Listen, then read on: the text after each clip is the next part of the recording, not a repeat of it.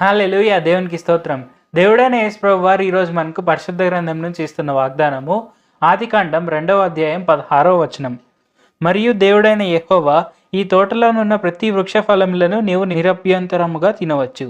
ఒక తండ్రి తన కూతురికి ఒక పేపర్ ఇచ్చాడు, డ్రాయింగ్ పేపర్, అలాగే స్కెచెస్ అన్నీ ఇచ్చాడు. సో ఆ స్కెచెస్ తీసుకొని నీకు ఇష్టం ఉన్నట్టు డ్రాయింగ్ చేయని తన కూతురికి చెప్పాడు ఆ తండ్రి. అప్పుడు ఆ చిన్న పిల్ల అయిన కూతురు ఏం చేసింది, తీసుకొని అన్ని పిచ్చి గీతలన్నీ గీసింది, అన్ని కలర్స్ వాడింది. సో అప్పుడు ఏమైంది, ఆ బొమ్మ అనేది అందంగా లేదు. తర్వాత చూసుకుంటే ఆ తండ్రి ఆమెను తన ఒళ్ళో కూర్చోపెట్టుకొని మంచిగా ప్రేమగా చేయి పట్టుకొని నువ్వు ఇలాగ డ్రాయింగ్ వేయాలి అని ఒక మంచి డ్రాయింగ్ వేపిస్తాడు తన కూతురుతో ఆ తండ్రి. అప్పుడు ఆ డ్రాయింగ్ అనేది ఎంతో అందంగా ఉంటుంది చూడ్డానికి. ఆ కూతురు కూడా ఎంతో ప్రేమగా ఎంతో హ్యాపీగా ఆ బొమ్మను తీసుకొని థ్యాంక్ యూ డాడీ అని చెప్తుంది.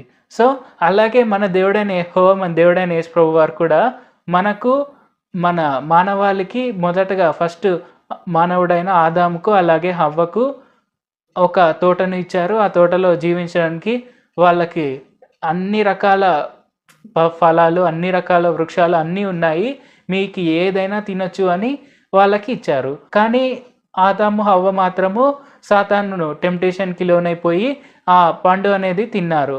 ఏదైతే దేవుడైన యేసు ప్రభు వారు తినొద్దని చెప్పారో ఆ పండును వాళ్ళు తిన్నారు.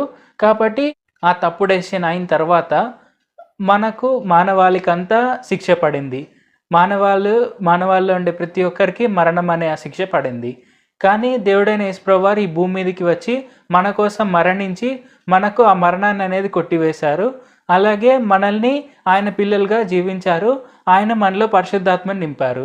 సో మనము పాపం చేయకుండా ఉండడానికి, మనము అదే తప్పు చేయకుండా ఉండడానికి దేవుడైన యేసు ప్రభు వారే స్వయంగా మనలో ఉంటున్నారు.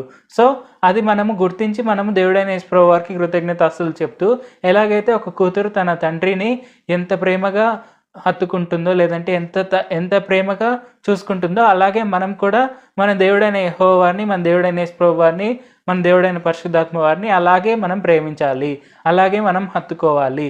సో మనం అలాగ చేయడం వల్ల మనము సంతోషంగా ఆనందంగా జీవించవచ్చు.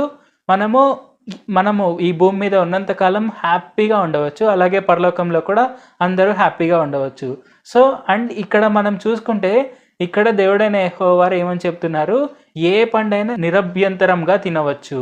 అంటే ఎటువంటి అభ్యంతరాలు ఉండవు. దేవుడైన యేసు ప్రభు వారు మనకి ఏదైనా ఇచ్చారు అంటే ఆయనది కండిషనల్ లవ్ కానే కాదు, ఆయన అన్కండిషనల్ లవ్. ఆయనని ద్వేషించే వారిని కూడా ఆయన మనల్ని ఎలాగ ప్రేమిస్తారో అలాగే ప్రేమిస్తారు.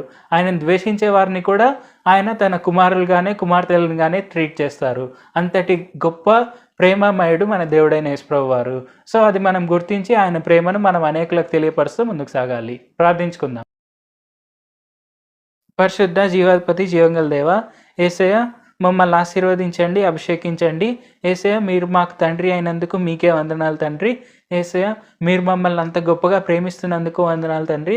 మొదట ఆదాము హవ్వలు చేసిన తప్పును బట్టి మా మీదకి మరణం రాగా మీరు ఈ భూమి మీదకి వచ్చి ఆ మరణాన్ని కొట్టివేసినందుకు వందనాలు తండ్రి. మీరే మాలో ఉండి మేము ఆ పాపాలు చేయకుండా మమ్మల్ని కాచి కాపాడుతున్నందుకు వందనాలు తండ్రి. మమ్మల్ని ఆశీర్వదిస్తున్నందుకు వందనాలు తండ్రి. మేము ఈ దేశానికి ప్రపంచానికి ఆశీర్వాదకరంగా జీవించేందుకు సాయం చేయండి. ఈ వాక్యం వింటున్న అందరూ కూడా మిమ్మునే తమ నిజరక్షకులుగా అంగీకరించి మీ ప్రేమను గుర్తించేందుకు సాయం చేయండి. మీ వలె ఇతరులను కూడా ప్రేమించేందుకు సాయం చేయండి. నజరేయుడైన యేసు నామములో ప్రార్థిస్తున్నాం తండ్రి. ఆమేన్. Thank you Jesus.